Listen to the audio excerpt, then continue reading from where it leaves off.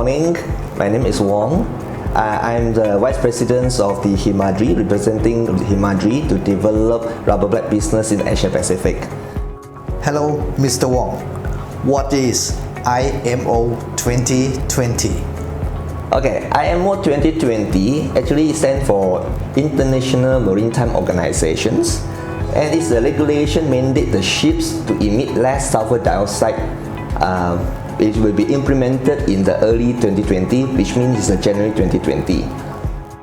What is the impact of IMO 2020? So currently carbon black industry in terms of prices, I would say all the formula pricing used by this carbon black supplier is based on Flex 3% or somebody call it MOX 3%. So and then after this implementation of IMO 2020, it's already have another index comes up which is Flex 0.5%. So and then this 0.5% of sulfur compared to 3% sulfur of fuel oil. After the implementation of 2020, we expect this there's going to be a big price difference in terms of this 0.5% and then the 3%. That is because of marine bunker will need to use 0.5%. So there's going to be a big demand for 0.5% sulfur fuel oil. That means the prices of 0.5% sulfur fuel oil is going to increase because of supply and demand imbalance. For the 3%, high sulfur fuel oil, because of marine bunker demand will drop. So that means the price, the index of the 3% high sulfur fuel oil is expected to drop. So there's going to be a spread between these two types of fuel oil.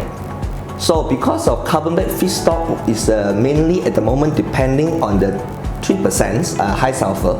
So it's expected that this kind of index is going to impact the raw material cost for those carbon black players who is using the high sulfur this feedstock.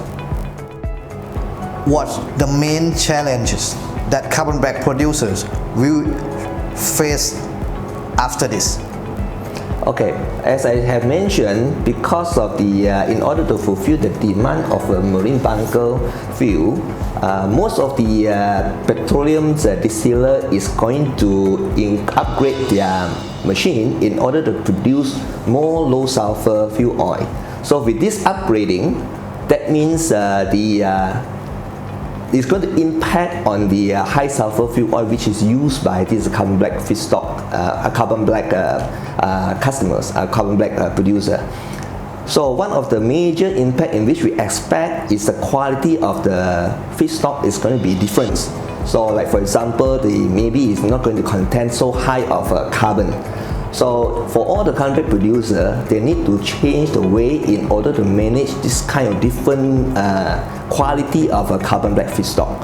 So for those player who is not familiar to manage different kind of carbon black feedstock, we expect the quality of carbon black might change. So especially during the early stage. Based on this challenge to carbon black producers, why you think Himadri in the better position to manage? Okay, Himadri is one of the few carbon black producer in the world actually using two type of carbon black feedstock, namely from the this fuel oil which we have talked about, from petroleum based fuel oil, and also Himadri also doing their own distillation of coal-tar based oil in order to get anthracene oil as the major carbon black feedstock. So Himadri, because we are managing two types of feedstock, with this kind of change, is definitely we are in a better position as compared to those carbon black producers if they are only depending on petroleum based fuel oil. Because once the petroleum based fuel oil change in quality, it's going to be a major impact to their technology, to their way in order to produce the carbon black. But for Himadri, because we are using two types of feedstock now, so we are more confident we can manage the change. So, Mr. Wong, what do you advise to the carbon black user in the market? Okay, for Asia Pacific, there are two major suppliers of carbon black to the market. One is a major one actually from China. China carbon producer currently is using 100% quota-based oil, whereas others is using the decant fuel oil. So with this kind of IMO 2020 implementation, we foresee by early next year it's going to be a change in the cost structure of those carbon black producer using a decant fuel oil.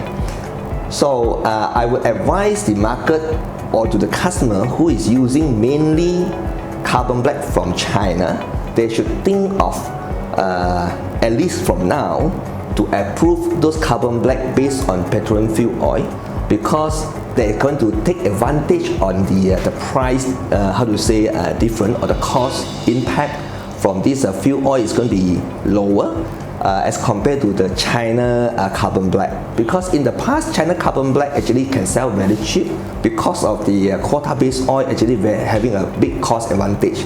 But from now onwards, especially towards the next year, I think the change is going to happen.